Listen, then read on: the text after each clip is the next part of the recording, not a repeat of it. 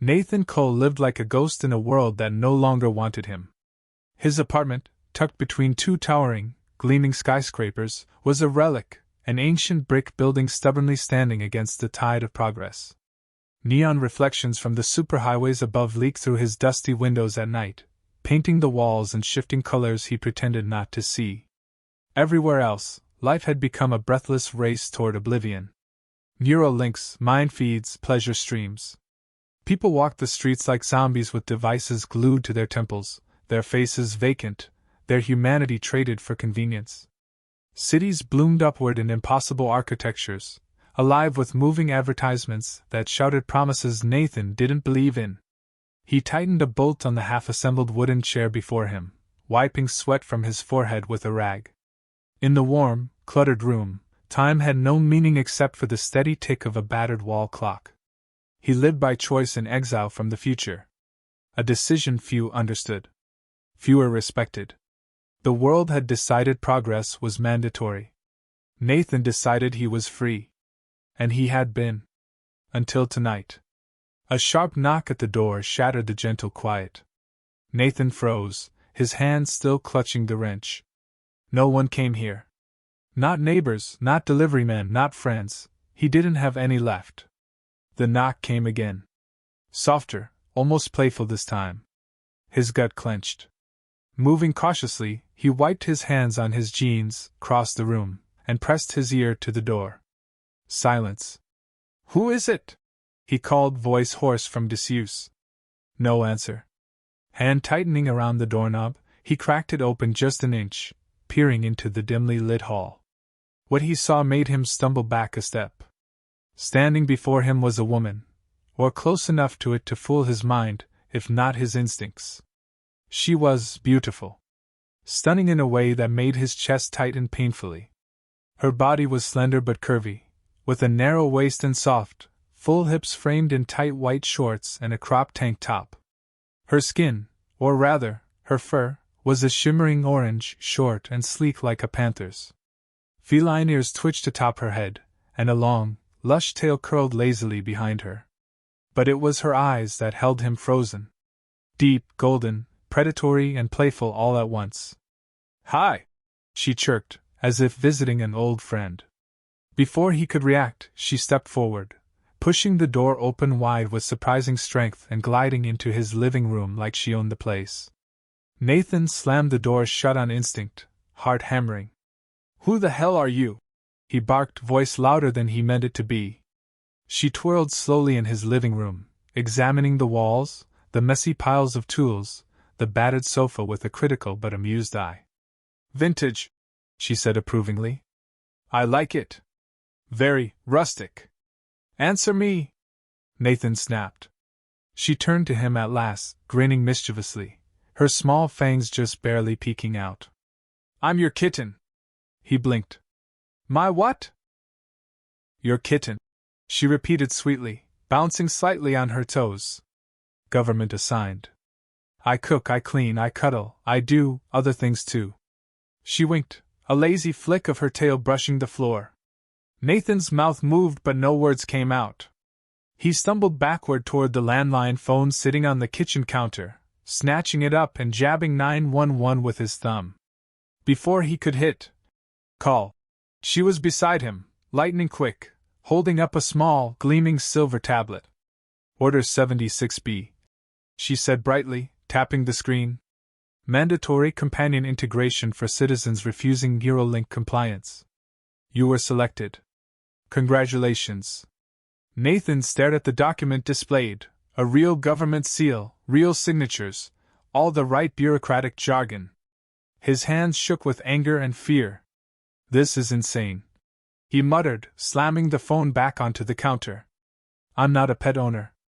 I'm not, whatever the hell this is." She pouted, her lower lip trembling dramatically. "You hurt my feelings. Get out." "I can't." She plopped herself onto the couch, stretching luxuriously. "I'm yours, like it or not." Nathan pressed his hands to his face, trying to will the world back into sanity. But it didn't come. Nathan paced the living room like a caged animal, hands buried deep in his hair. The soft sounds of pans clinking and cupboards opening echoed from the kitchen where it moved around like she belonged there. He stole glances at her from the corner of his eye.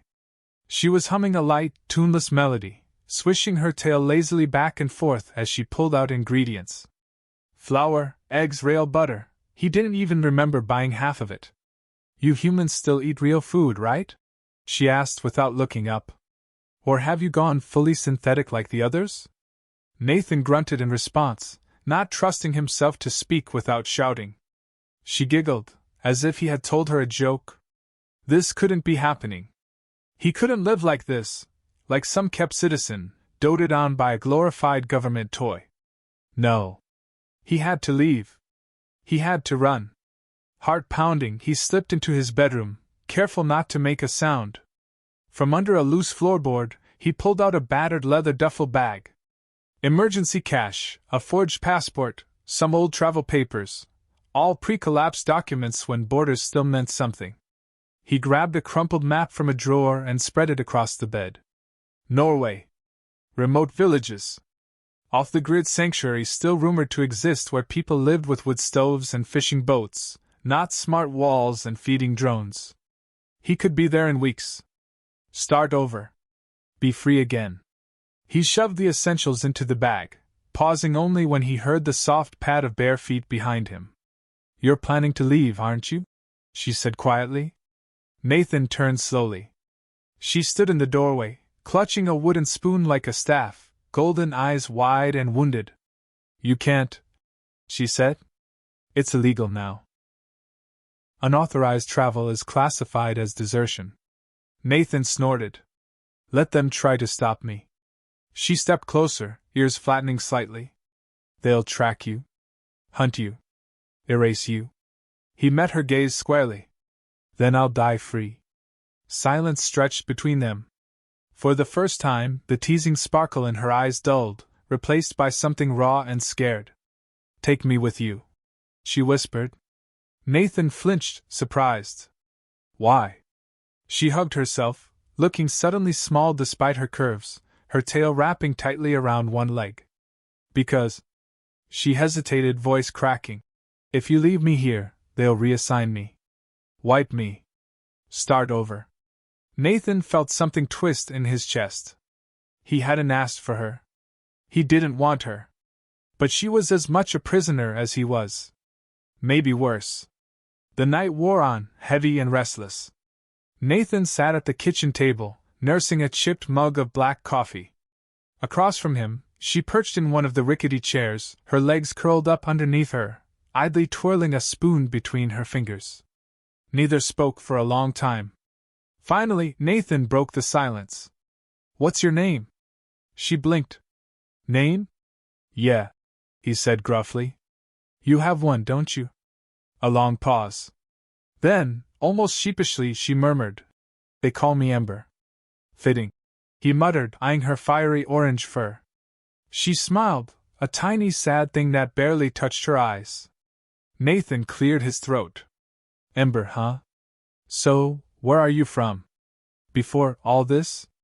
Her ears twitched. She set the spoon down with a faint clink. I don't know, she said quietly. I only remember waking up, about a week ago. In a bright room.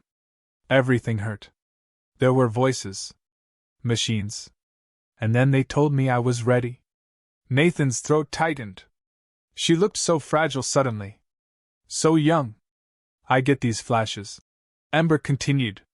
When I sleep. Screaming. Wires. Fire. But when I wake up, it's gone. Nathan pushed his coffee aside. They made you. Ember shrugged, a bitter laugh escaping her lips. Maybe. Or maybe I was someone once. Someone they changed. Nathan rubbed a hand over his face. His head ached. The whole world felt sick. I'm sorry, he said hoarsely. She reached across the table, her small fingers brushing his. You lost someone too, didn't you? He stiffened. You don't talk about it, she added gently. But I can feel it. It's in your eyes. He stared at her, the dam inside him straining against years of silence. My wife. he said finally. And my daughter. Ember squeezed his hand. It was a car crash, he whispered. Drunk driver. Happened fast. I wasn't even there. I was at work, trying to build a better future for them. And now. He broke off, throat raw. Ember climbed onto the table without hesitation, crawling toward him on all fours, and wrapped her arms around his shoulders. Her body was warm, soft, and he buried his face against her neck, breathing in her strange, wild scent. They stayed like that for a long time, two broken creatures clinging to each other in the ruins of a world that had left them both behind. Nathan barely realized he was moving until he was tilting his head, brushing his lips softly against Ember's temple. She trembled in his arms, a shiver that had nothing to do with cold. When she tilted her face up to him, golden eyes luminous and uncertain, he saw the question in them. Without thinking, he answered it. Their lips met in a kiss so gentle it almost wasn't a kiss at all, just the fragile brush of warmth and hope between two wounded souls. Ember whimpered softly against his mouth, her arms tightening around his shoulders. Nathan pulled her closer, feeling the soft fur of her body pressed against his rough clothes, her tail curling instinctively around his waist. He kissed her again, deeper this time, tasting the faint salt of tears neither of them had realized they shed. Ember gasped when his hands slid up her sides, finding the curve of her waist under the loose fabric of his old shirt she wore. She arched against him, seeking more, her instincts raw and desperate. Nathan lifted her effortlessly, carrying her to the battered couch, never breaking their kiss. She clung to him, nipping playfully at his lower lip, a soft purr vibrating in her throat. He laid her down gently, bracing himself over her. Their kisses grew hungrier. His hands roamed with trembling caution over her body, feeling the strength hidden beneath her softness. Ember tugged at the hem of her shirt, pulling it over her head in one fluid motion, revealing a beautiful, curvaceous body of sleek orange fur, every inch of her glowing in the low light. Nathan kissed down her neck, along her collarbone, savoring the sweet sighs escaping her lips. His hands slid lower down her hips, her thighs, and froze. There, tucked high on the inside of her left thigh, half hidden by the orange fur, was a metallic device no larger than a coin. It blinked red, steady and sinister. Nathan sat up so fast Ember whimpered in confusion, reaching for him. What? He pointed, voice low and dangerous. What is that? Ember followed his gaze.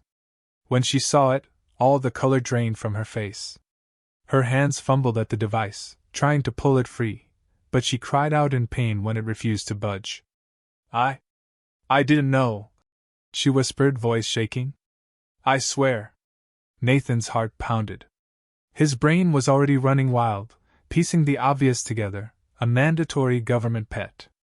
A living, breathing, thinking creature who didn't even remember her life before a week ago.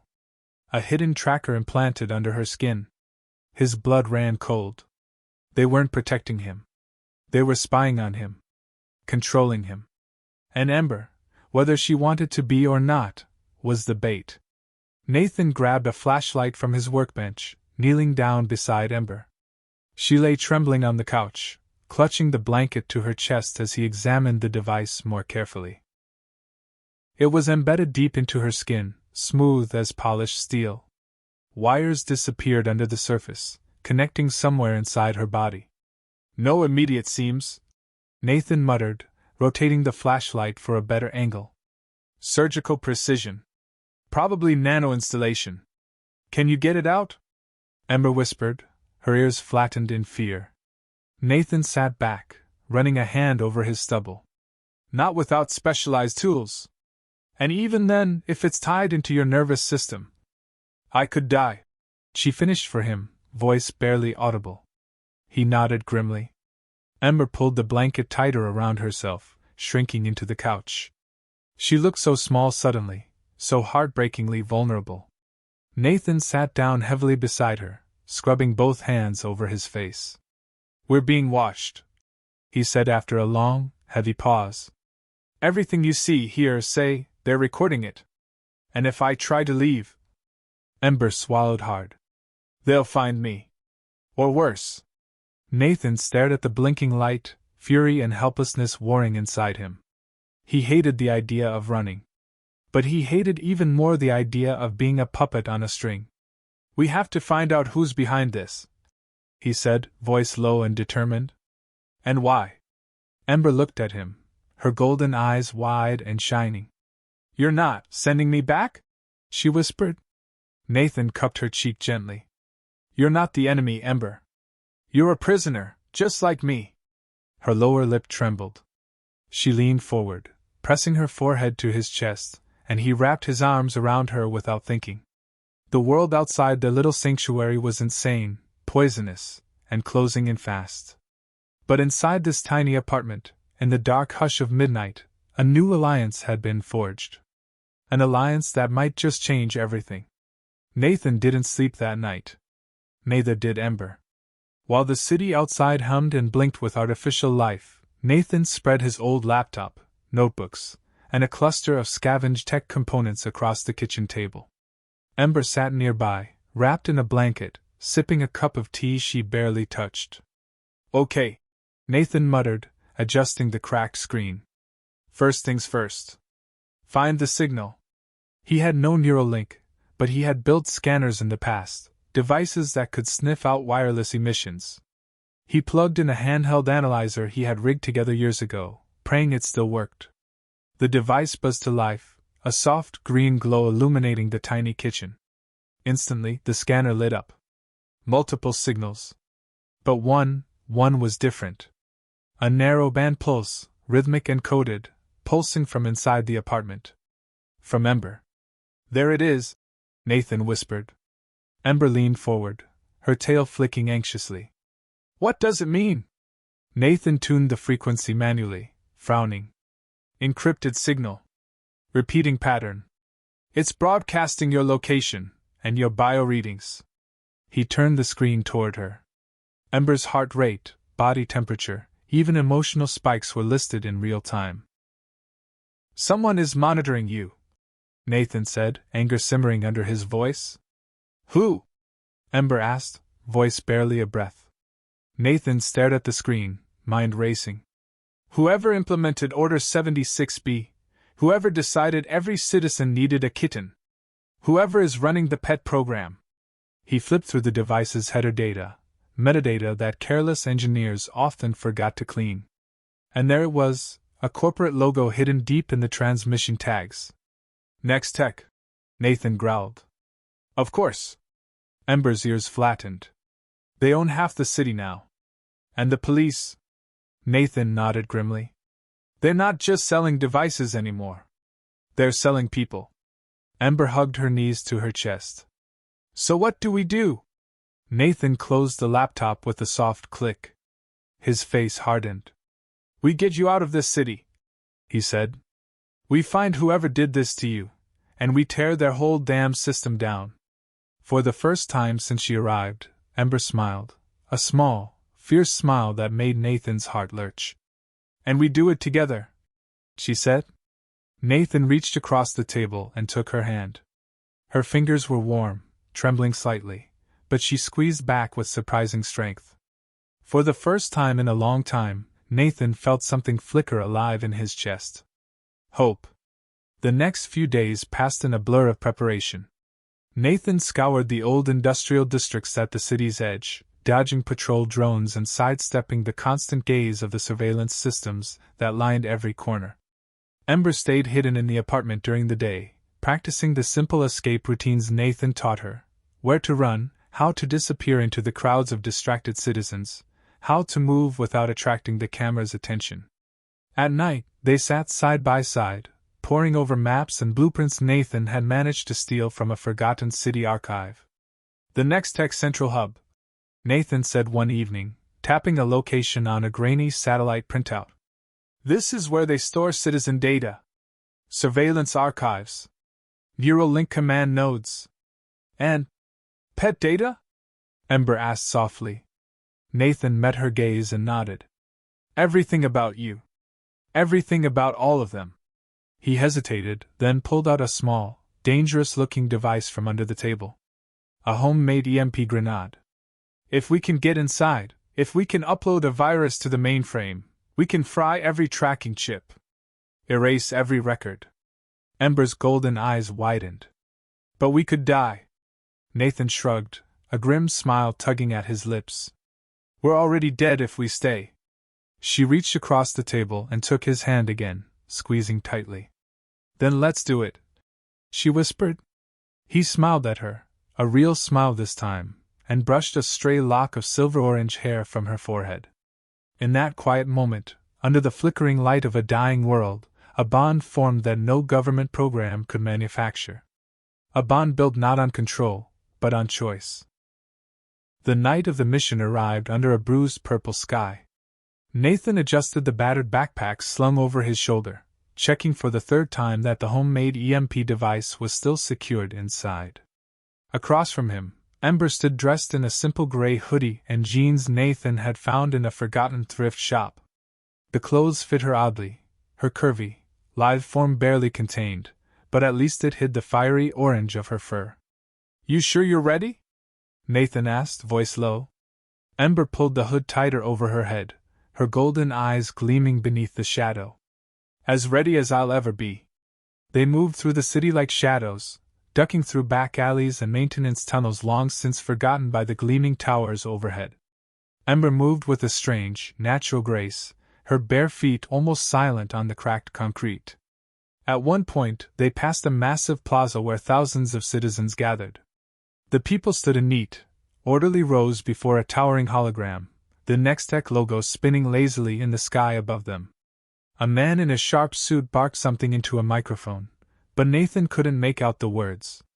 Ember tugged his sleeve urgently, pulling him into the cover of a half-collapsed stairwell. They're doing it again, she whispered, peeking through a crack in the wall. Nathan watched in horror as tiny drones buzzed overhead, projecting faint shimmering fields onto the citizens' heads. The people stood blank-faced, slack-jawed, their neural links pulsing with soft blue light. They're reinforcing the programming, Nathan growled under his breath. Keeping them obedient. He felt Ember shudder beside him. It's like they're asleep. Nathan tightened his jaw. And we're going to wake them up. They waited until the crowd dispersed, moving in perfect, eerie unison like a hive mind, before slipping across the empty plaza toward their destination. The Nextech central hub loomed ahead, an angular, windowless monolith of black steel and humming energy barriers. Cameras scanned the perimeter. Automated turrets tracked movement. Nathan cursed under his breath. Too many defenses, he muttered. We can't just walk in. Ember smiled faintly, bearing a tiny fawn. Then we don't walk. She pointed to a maintenance hatch half hidden behind a drainage pipe, accessible only by climbing a rusted scaffolding. Nathan stared at her, then grinned despite himself. You're smarter than you look, he teased. She bumped his hip with hers playfully. Takes one to know one, human. And together, they sprinted toward the darkness. The maintenance shaft was a tight, suffocating crawl space that stank of rust and oil. Nathan led the way, his hands and knees scraping along the rough metal. Ember followed close behind, her lighter frame moving with more ease, though her occasional soft curses told him she wasn't enjoying it. This place wasn't built for tales, she muttered at one point, her voice muffled. Nathan chuckled quietly. Add it to the list of things wrong with the world. At the far end of the shaft, Nathan found a vent panel and pressed his ear to it. Beyond, he heard the muted hum of servers, the faint buzz of electricity, the heart of Nextech's surveillance empire. We're close, he whispered. He pulled out a small plasma cutter from his pack and carefully sliced the bolts loose. Ember helped him ease the panel away without a sound. The server room stretched out before them in endless rows of blinking machines, cold and sterile and humming with invisible menace. Nathan dropped silently to the floor. Ember followed, landing with feline grace. They crept through the shadows, moving from cover to cover. The EMP device pulsed faintly in Nathan's backpack, ready to unleash a storm that could cripple the city's brainwashed dreamscape. But they weren't alone. From around the corner, 2 security drones hovered silently, their sensors sweeping in slow arcs. Nathan froze, signaling Ember to stop. They had one chance. He set the EMP timer for 60 seconds, whispered a prayer he hadn't said in years, and hurled the device into the center of the room. It landed with a faint clink. The drones whirled toward the sound, mechanical voices chirping alerts. Nathan grabbed Ember's hand and pulled her down, shielding her with his body. The EMP detonated with a soundless pulse. Every light in the room flickered and died. The blast of the EMP seemed to suck all the air out of the room. Nathan's ears rang as he staggered to his feet, blinking in the sudden darkness. The server room, once alive with whirring and blinking lights, now lay in eerie silence. The drones dropped to the floor with heavy metallic thuds, lifeless. "Come on!" he hissed, pulling Ember to her feet. They sprinted toward the central console, a large, circular station surrounded by dead screens and frozen input terminals. Nathan yanked a portable drive from his pocket, a slim black sliver loaded with the virus he had spent months crafting in secret. He jammed it into the port. The screen blinked once, twice, and flared back to life on emergency backup power, dim but functional. "Accessing system," the screen read. Nathan's heart pounded. He typed furiously, bypassing firewalls, and planting the virus deeper into the core systems. Ember hovered beside him, her tail lashing anxiously. "How long?" "Minutes," Nathan grunted. "If we're lucky." Suddenly, a shrill alarm blared through the server room, harsh and mechanical. Red emergency lights flickered to life overhead, casting everything in angry shadows. "They know," Ember whispered. On the far side of the room, a door slammed open, and human security officers poured in, visors gleaming, rifles raised. "Get down!" Nathan roared, throwing himself in front of Ember. A shot rang out, sparking against the server bank behind them.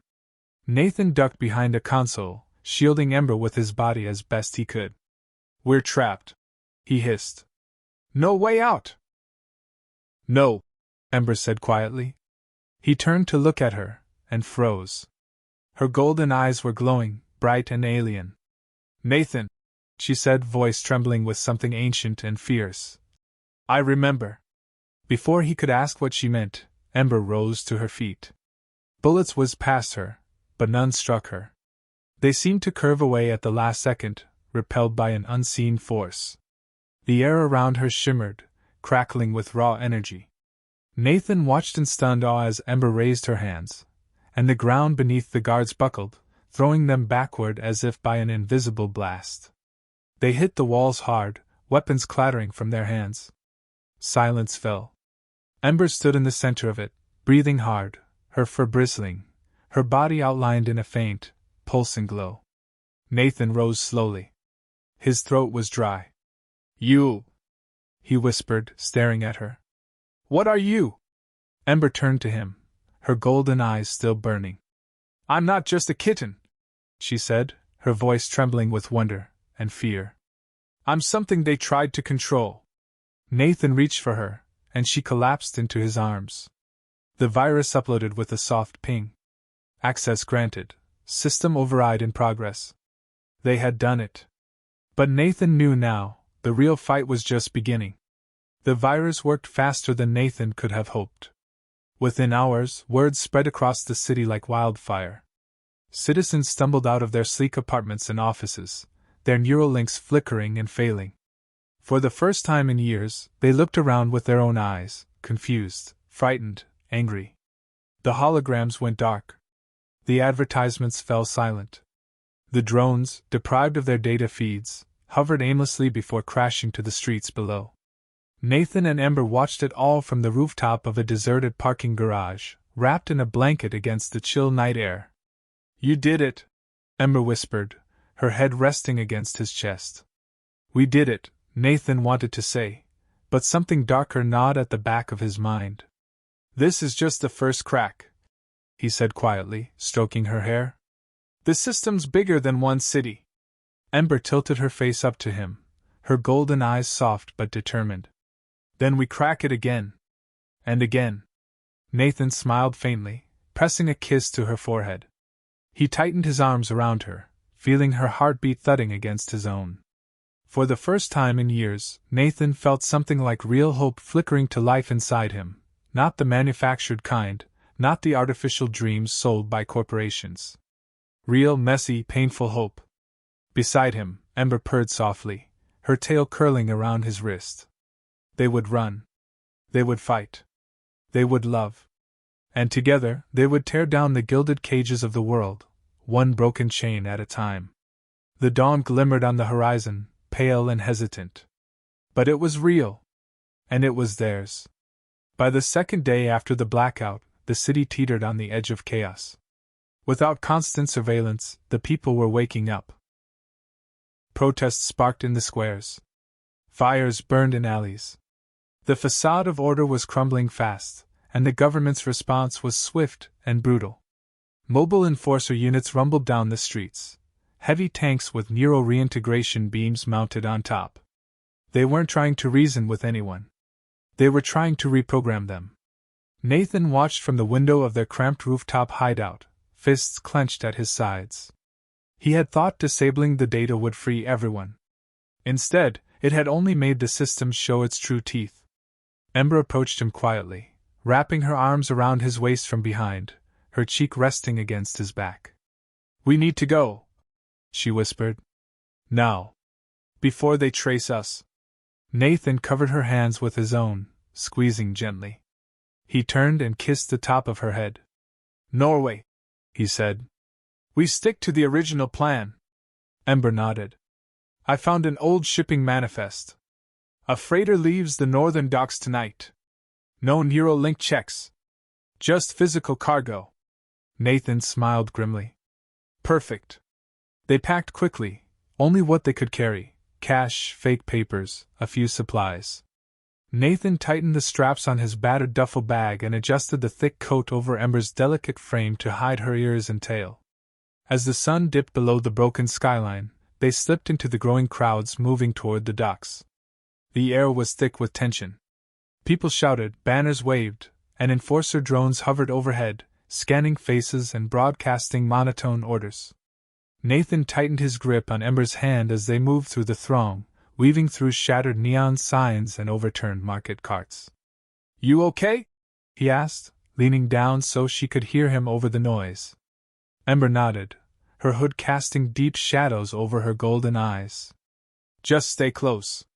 They made it within 2 blocks of the docks before the blockade hit. Rows of armored troops, faceless behind mirrored visors, formed a living wall across the streets. Heavy cannons stood ready behind them. Loudspeakers blared orders for the crowd to disperse. Panic rippled through the mass of people. Nathan cursed under his breath. "Alternate route." They ducked into a side alley just as the enforcers opened fire with non-lethal pulses, dropping dozens of people like rag dolls. Ember clung to him, breathing hard, her tail wrapped tightly around her thigh beneath her coat. "This way," she urged, spotting a narrow stairwell leading down to the maintenance tunnels under the city. Nathan didn't hesitate. Hand in hand, they fled into the underworld. The maintenance tunnels were a decaying labyrinth. Pipes hissed steam into the air. Rust flaked from every surface. Rats scurried away at the edges of the dim flashlight Nathan held steady in front of them. The roar of the city above faded into muffled thunder as they descended deeper. Nathan led the way through the narrow, winding corridors, consulting a crumpled maintenance map he had stolen months ago. Ember stayed close behind, her steps eerily silent. At a crossroads deep underground, Nathan paused, holding up his hand. Ember nearly bumped into him, clutching his coat for balance. Ahead, 2 enforcer drones hovered in the gloom, their sensor lights sweeping lazily across the tunnel walls. "Too close to the surface," Nathan whispered. "They're sweeping the sewers." Ember's golden eyes flicked around the junction. "There," she breathed, pointing to a corroded hatch half hidden behind a collapsed support beam. They scrambled over the debris, slipping through the narrow gap. Inside, the air smelled of salt and rot. Nathan realized they had reached an old maintenance shaft leading to the waterfront. They climbed, rung after rusted rung, up toward freedom. Halfway up, Ember slipped. Nathan caught her wrist with one hand, grunting with the effort. Her hood fell back, revealing her feline features in full. A sensor light from the street above swept past the hatch opening. Nathan yanked her up into the shadows just before the beam hit them. They lay there for a moment, tangled together, chests heaving, the world balanced on a knife's edge above them. Ember looked up at him, her hair falling in her face. "Still think I'm just a burden?"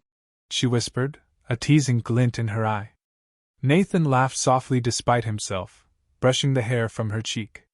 "You're the best thing that's happened to me in a long, long time." They kissed again, desperate and real, before forcing themselves onward. Freedom was close. They just had to survive the last stretch. The waterfront smelled of brine and burnt oil. Nathan and Ember crouched behind a stack of abandoned cargo crates, the cold mist from the sea clinging to their clothes. Ahead, the freighter loomed massive and dark, its silhouette barely visible against the horizon. Workers moved in slow, disjointed patterns, most too busy, too tired, or too mind-numb to notice two fugitives. But soldiers were here too. Nathan counted at least 4 armed patrols prowling the docks, rifles slung loosely but ready. The authorities had tightened the port security overnight. No official departures without Neuralink scans. No unsanctioned travel. The freighter was their last shot.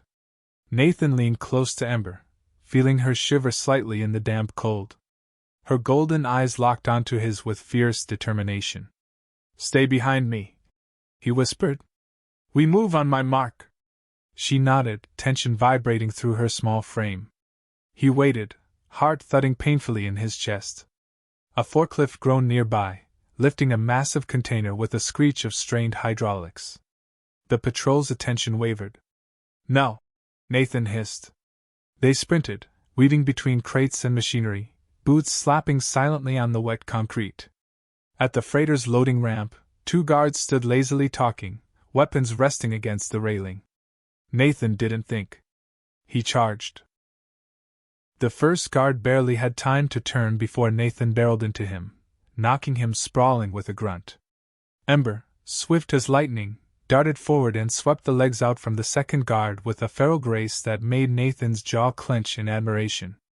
The guards groaned, stunned but not unconscious. Nathan grabbed Ember's hand, dragging her up the ramp into the shadowed depths of the freighter's hold. Alarms blared behind them. "Go!" Nathan barked, shoving her ahead. They raced through the cavernous ship, past stacks of cargo and sleeping crew members. They found a small maintenance closet near the engine room, dark, dusty, forgotten. Nathan slammed the door shut and collapsed against it, chest heaving. Ember sank into his arms without hesitation, burying her face against his chest. "We made it," she gasped, voice shaking. Nathan hugged her tight, pressing his lips to her hair. "For now," he said grimly. The freighter rumbled beneath them as it pulled away from the dock. They were free. Or so they thought. The ship's first hours at sea were tense and sleepless. Nathan kept a hand on Ember's back as they sat huddled together in the cramped closet, listening for any hint of footsteps or alarms. The walls vibrated faintly with the steady thrum of the massive engines. "I can't believe we did it," Ember whispered, her breath warm against his neck. Nathan chuckled dryly. "I'm still waiting for someone to kick down the door." She nuzzled closer. "They won't find us. I can hear them moving, but they're not checking every room." Nathan smiled despite himself. "Super hearing too?" Ember shrugged playfully. "You humans cut corners when you made me." He tilted her chin up, studying her glowing golden eyes. "They didn't make you," he said softly. "They woke you up." She blinked, her tail curling instinctively around his waist. "You really believe that?" Nathan leaned in, brushing his forehead against hers. "I know it." Their kiss was soft at first, tentative, 2 people still surprised by the spark between them. But it deepened quickly, hunger and fear and hope colliding. Nathan's hands roamed over her sides, memorizing every curve, every soft sound she made against his lips. But as he tugged at the hem of her hoodie, his hand brushed something cold, something embedded just under her skin near her lower back. He froze. Ember sensed the shift immediately, pulling back to search his face. "What is it?" she whispered. Nathan swallowed hard. He moved the hoodie aside, revealing a small, almost invisible port, metallic, pulsing faintly. Another device. Another leash. Ember followed his gaze, her breath hitching. No, she said, shaking her head violently. I didn't know. I swear. Nathan pulled her into his arms, feeling her tremble. I believe you, he murmured. But it means they're still connected somehow. Still watching. Ember buried her face in his chest. What do we do? Nathan stared into the darkness beyond the closet door.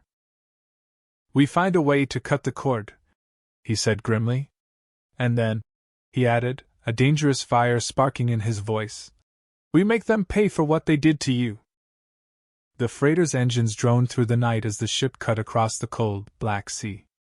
Nathan and Ember stayed hidden for the better part of 2 days, slipping out only when the corridors were empty to steal scraps of food and water from the galley. The crew never noticed them. Most of them were half brainwashed, their neural links still running corrupted backup programs that hadn't fully shut down after the blackout. It was a ghost ship. On the third evening, the captain's gruff voice came over the battered loudspeakers, announcing their approach to an independent port outside the Old World territories. A free zone. Unregulated. A place where the system's grip was weak, at least for now.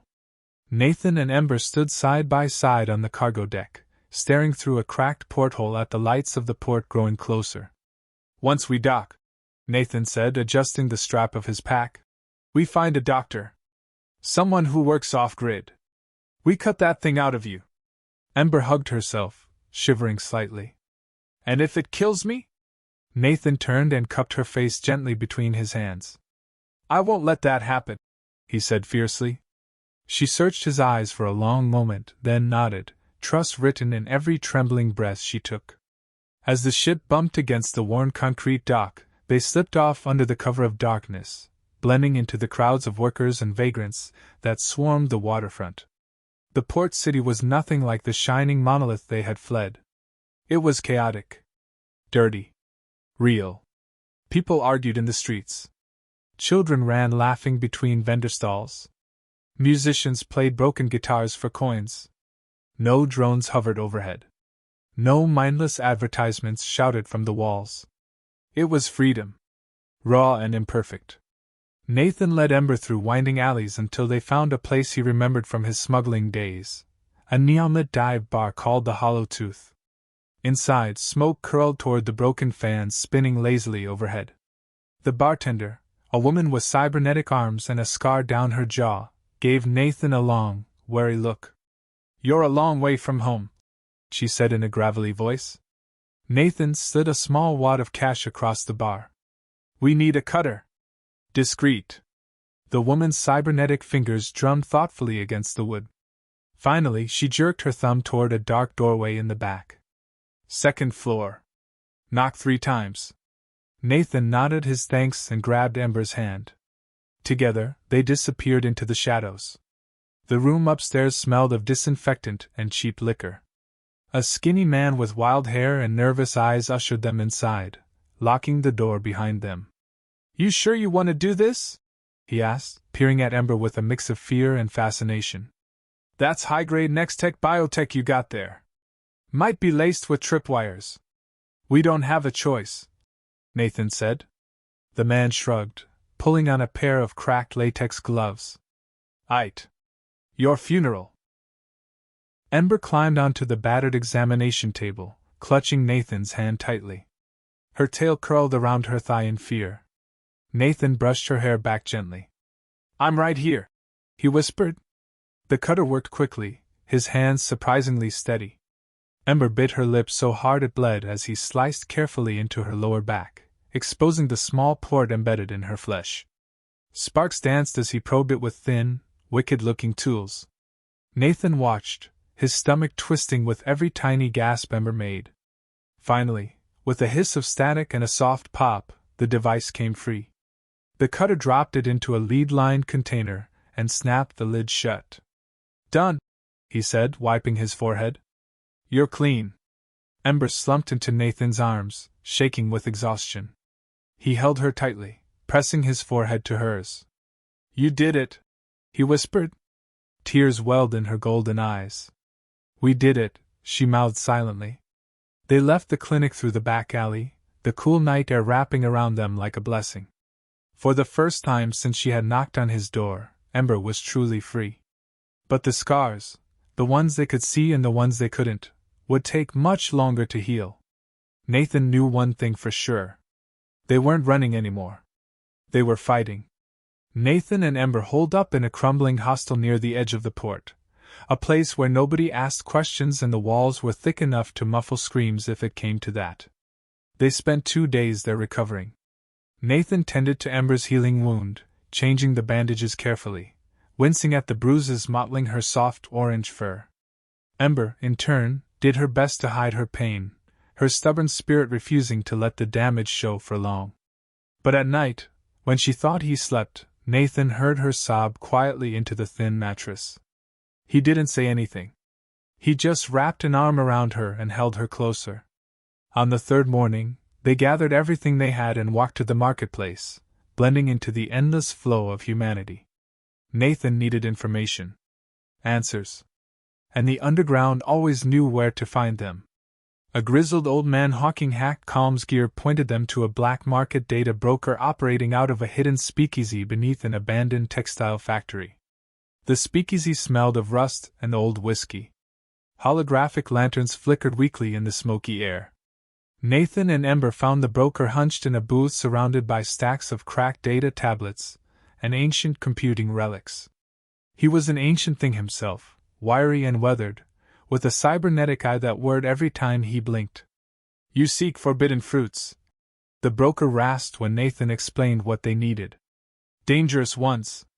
Nathan slid a thick roll of cash across the table.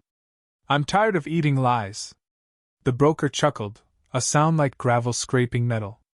He tapped a few commands into a battered device and projected a hologram between them. Nathan and Ember leaned in. What they saw made Nathan's blood run cold. The pet program, Ember's program, was only the beginning. Nextech had plans to expand the brainwashing across all sectors.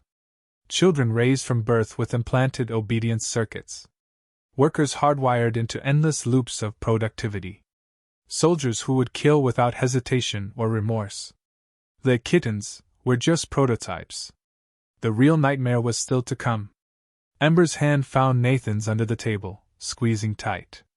"We have to stop it," she whispered, her voice trembling with fury. Nathan nodded grimly. "We will," he said. "But not alone." The broker leaned forward, his cybernetic eye glinting. "There are others," he said softly. "Others like you." He slid a battered data chip across the table. "A spark," he said. "Ready to become a fire." Nathan pocketed the chip without hesitation. He and Ember weren't alone anymore. The rebellion had begun. The chip contained a single encrypted address, coordinates deep in the mountain wilds beyond the broken cities. A place where fugitives, freethinkers, and the last unmodified humans gathered, hidden from the eyes of Nextech's soulless machine. It was a long journey. Hard and dangerous. But Nathan and Ember didn't hesitate.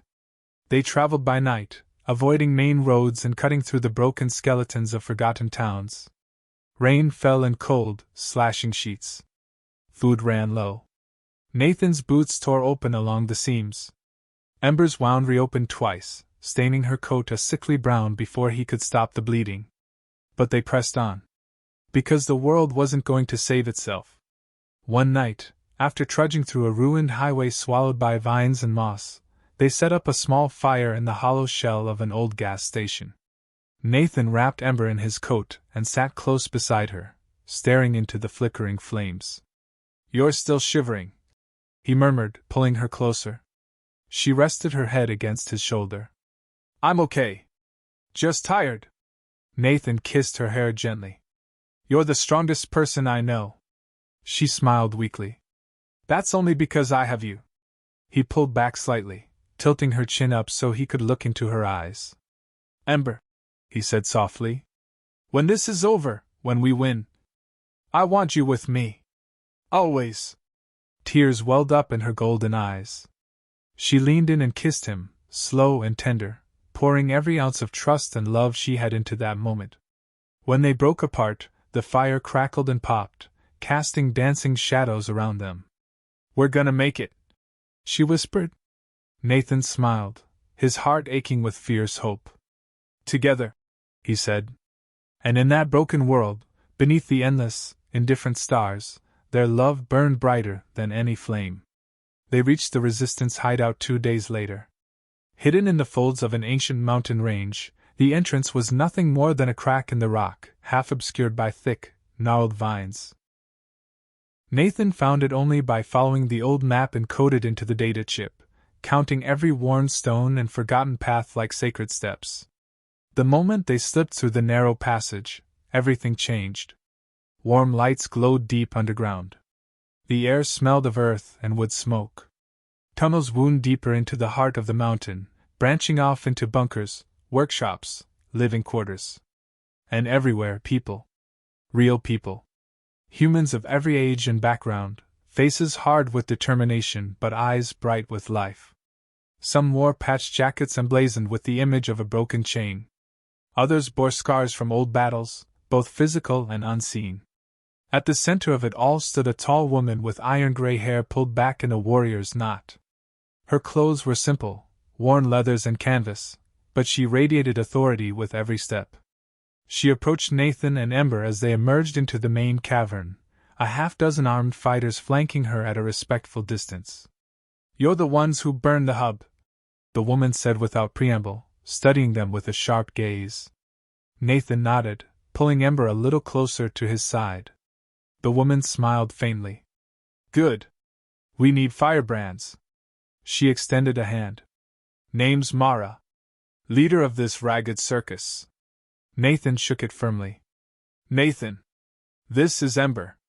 Mara's gaze softened slightly when she looked at Ember, noting the orange fur, the feline features, the healing wound on her back. "We heard rumors," Mara said quietly, "of the ones they built. We never thought any would break free." Ember straightened, her tail flicking proudly. "I'm not theirs anymore."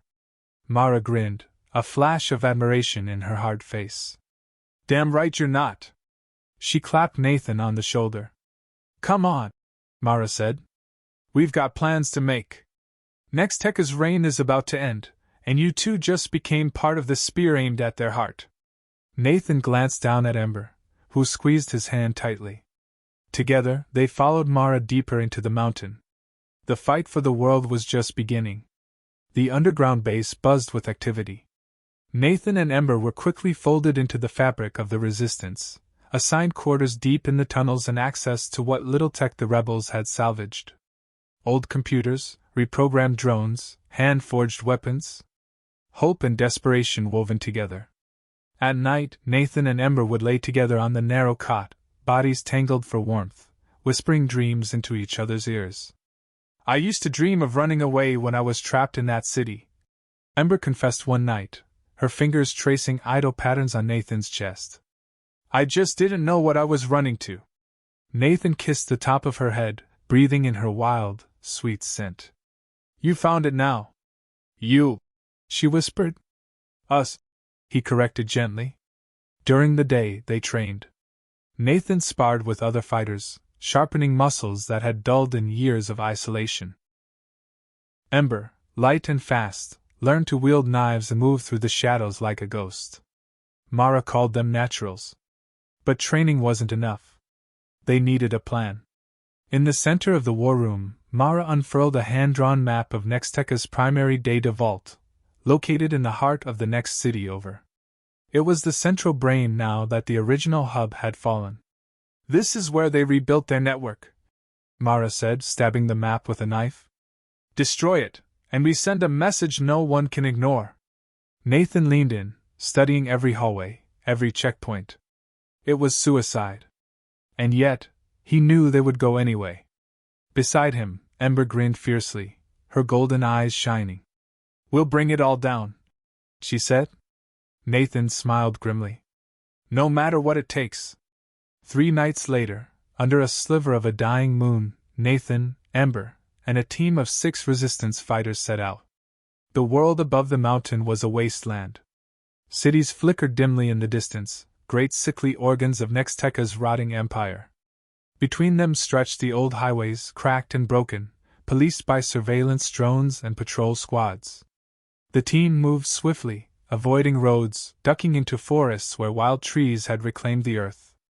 Ember ran like a creature born of the wilderness, her orange fur blending with the shadows, her senses tuned to every distant thud of boots or whir of machines.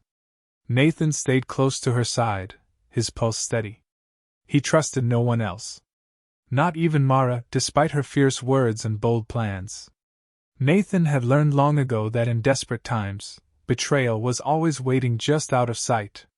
They reached the outskirts of the new data vault by the second night. It rose from the ground like a wound, an ugly slab of chrome and steel surrounded by electrified fences and guard towers. Searchlights cut jagged paths across the perimeter. 3 minutes between patrols, Ember whispered, crouched low beside Nathan behind a tangle of dead bushes. We can slip through the west side. Nathan nodded, squeezing her hand briefly. They moved like shadows, darting through the blind spots, scaling the fence with quiet, desperate speed. Inside, the vault pulsed with life, data humming through fiber-optic veins, blue light pooling across the sterile floors. Their mission was simple: plant the virus Nathan had refined since the hub blackout, something stronger this time, something permanent, and overload the entire grid. The others split off to set charges on backup generators. Nathan and Ember moved toward the main server core. Every step closer, Nathan felt a growing weight pressing down on his chest. He risked a glance at Ember. She smiled at him, small, brave, aching, and he knew without speaking that if they failed, at least they would fail together. He squeezed her hand again. This was it. The final strike. They reached the core with seconds to spare. A massive cylindrical chamber stretched before them, walls lined with humming servers stacked to the ceiling. In the center stood the primary control console, pulsing with data feeds, protected by a skeletal dome of energy fields. Nathan knelt by the maintenance panel and worked quickly, pulling wires, rerouting circuits, planting the virus into the mainframe's bloodstream. Almost there, he muttered, sweat dripping from his brow. Footsteps echoed behind them. Ember spun, knives flashing into her hands. A squad of enforcers poured through the door, weapons drawn. Nathan finished the upload and ripped the drive free just as the first shots rang out. He grabbed Ember's wrist, and together they dove behind a server stack. Ember! He shouted over the gunfire. We have to reach the failsafe. The failsafe, a manual override buried deep beneath the building, would trigger the overload, burning the entire facility to the ground. But they had seconds at best. Ember locked eyes with him, fierce and wild. I'll cover you, she said without hesitation. Nathan's heart lurched. No! We go together. But she was already moving, fast and fluid, a blur of orange fury and flashing steel. She tackled the first enforcer before he could fire, wrenching the rifle from his hands and hurling him into a wall with strength that stunned Nathan even now. She was beautiful. Terrifying. Alive. Nathan sprinted for the stairwell, Ember's roars and the clash of combat ringing in his ears. He didn't look back. Because he knew she would find him again. She always did. Nathan's boots thundered against the steel stairs, heart pounding against his ribs like a war drum. The failsafe chamber was hidden 3 levels below the server room, a contingency only the oldest engineers had even whispered about, back when redundancy still mattered more than profit. He slammed through a heavy maintenance door and staggered into the control room. It was small, dimly lit by flickering emergency lights, a dusty console standing like a forgotten altar at the far end. Nathan didn't hesitate. He ripped the override panel open and jammed the virus drive into the ancient port. The console sputtered to life, hissing a warning in a cold mechanical voice. Warning, system core detonation in T-120 seconds. Nathan exhaled shakily, leaning on the console for a moment. It was done. Now he just had to get out. Turning, he sprinted back toward the stairs, taking them 2 at a time, lungs burning with every breath. Above, he could still hear faint echoes of fighting, muffled gunfire, angry shouts. "Ember," he whispered harshly. When he burst back into the server room, the world tilted. The ground trembled underfoot, systems overloading, conduits sparking. Ember stood in the middle of the wreckage, breathing hard, blood matting the orange fur on her arms and chest. A dozen guards lay crumpled around her, unconscious or worse. Her eyes locked onto Nathan's the second he appeared. Relief. Fierce, blinding. They ran for each other without a word. Nathan swept her into his arms, ignoring the ache in his muscles, the rawness of her wounds. "We did it!" he gasped into her hair. She laughed, a broken, beautiful sound. "You did it!" "No!" he whispered fiercely. "We did it!" The ground buckled violently under their feet as explosions ripped through the lower levels. The entire facility was coming down. Together they stumbled for the exit, supporting each other, weaving through the ruins of Nexteca's monstrous creation as it crumbled into fire and ash behind them. The world outside waited, a battered, broken thing. But it was theirs now. Free. They didn't stop running until they were half a mile from the vault, hidden behind the twisted ruins of a collapsed overpass. Nathan collapsed against the cracked concrete, pulling Ember down with him. They lay there, gasping, bruised, bleeding, but alive. The vault behind them burned like a second sun, smoke staining the stars. Ember turned her head toward him, her golden eyes soft despite the exhaustion lining her face. "You kept your promise," she whispered. Nathan brushed her hair back gently, marveling at how fierce and fragile she looked at once. "So did you." She smiled, small and genuine. In the distance, they could already hear sirens, distant, desperate. The world above, the broken governments, the corporations, they would rally. They would try to rebuild the old lies. But Nathan knew a crack had been made. And from cracks, whole worlds could fall. Beside him, Ember shifted closer, her tail curling possessively around his leg. "What now?" she asked, voice sleepy. Nathan leaned his head back against the cool stone, watching the smoke curl into the endless black sky. "Now," he said slowly, "we find the others. We teach them what it means to be free." He turned to her, cupping her face in his hands. "And we live," he said. "Really live." She closed her eyes and kissed him, slow, deep, and filled with a promise stronger than any machine. Above them, the first light of a new dawn began to creep over the horizon. And for the first time in WH.